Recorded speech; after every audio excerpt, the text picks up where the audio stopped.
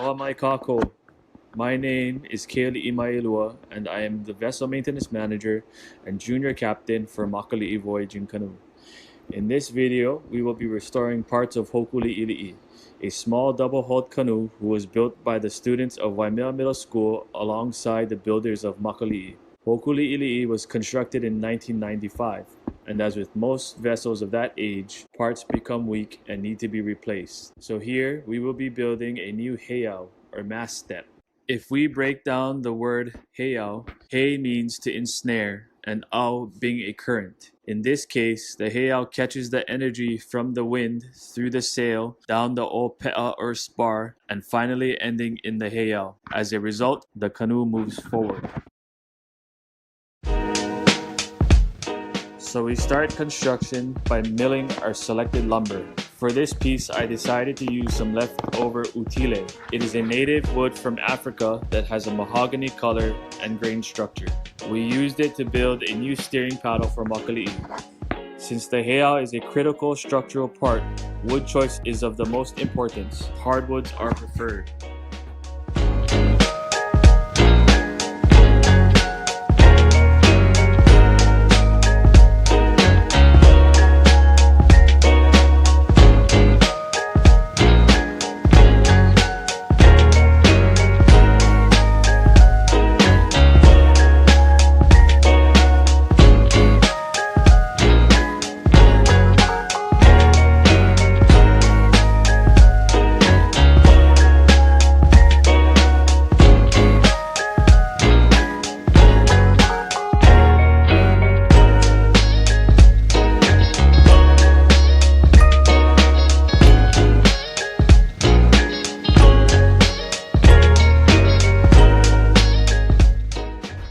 Heiau shape is usually determined by the builder. However, the shape and style should not interfere with its main responsibility, which is to secure the bottom of the mast and spar. So I chose a design that I have used on another canoe called Kanehunamoku. This heiau consists of a bottom plate being a little thicker than the three sides that form a box with an open end.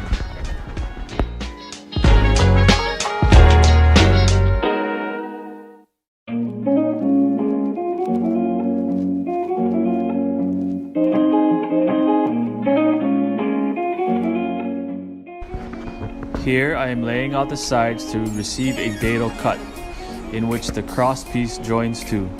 This creates a better and stronger joint, one that will not need the use of mechanical fasteners or screws. After cutting the dado on the table saw, I use a block plane and sanding block to clean the dado.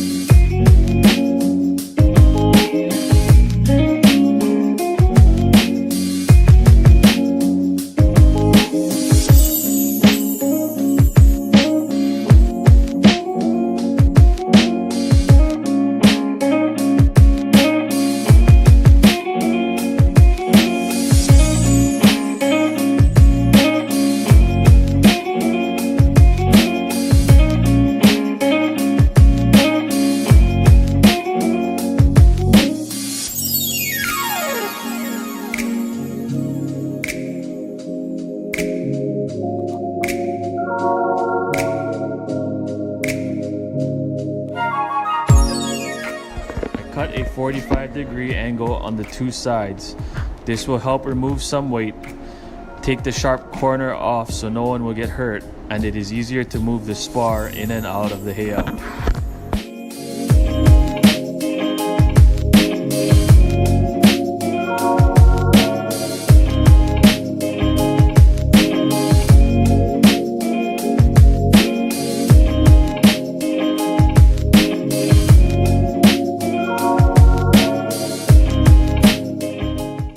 Next step is to glue the pieces together. I'm using West Systems 105-209 epoxy.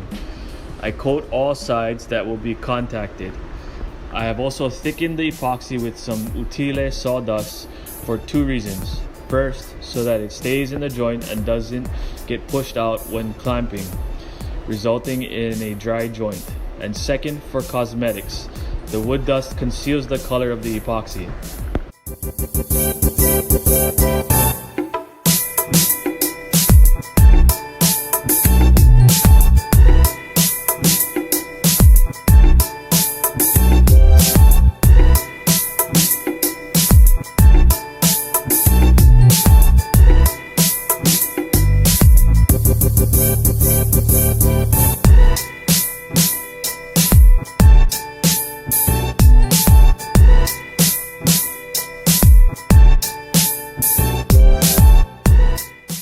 Next step is clamping.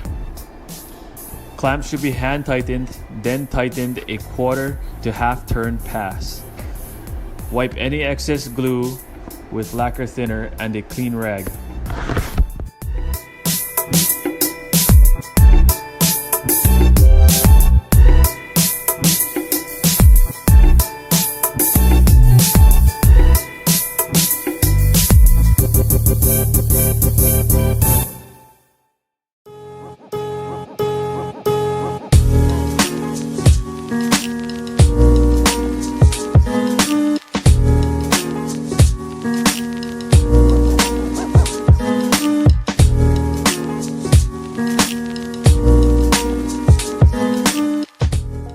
Once the epoxy is cured, usually within 24 hours, the part can be unclamped.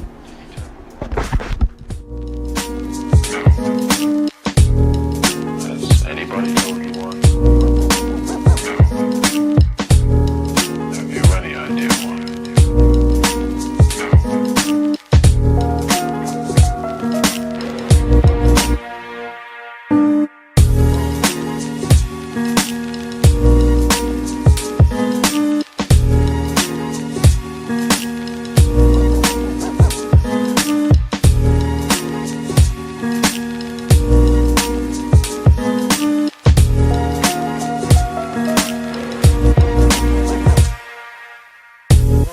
Did he tell you why? Has anybody told you why? Have you any idea why? I use a flat screwdriver to pop the plugs out of the piece of wood that I cut them from, and I glue them in.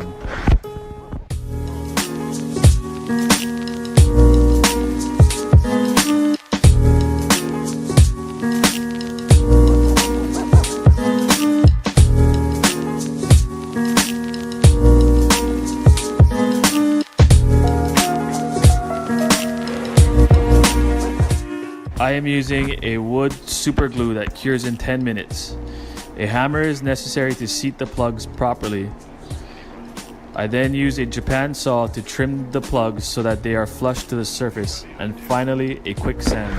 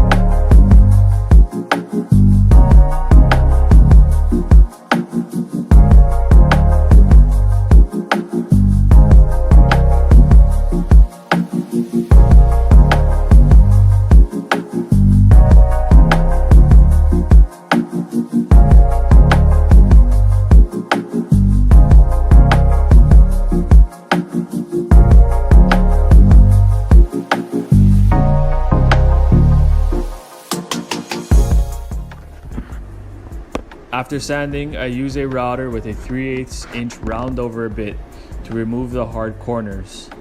Then the corners will be hand sanded and the part will be coated with epoxy and varnish to protect from UV rays.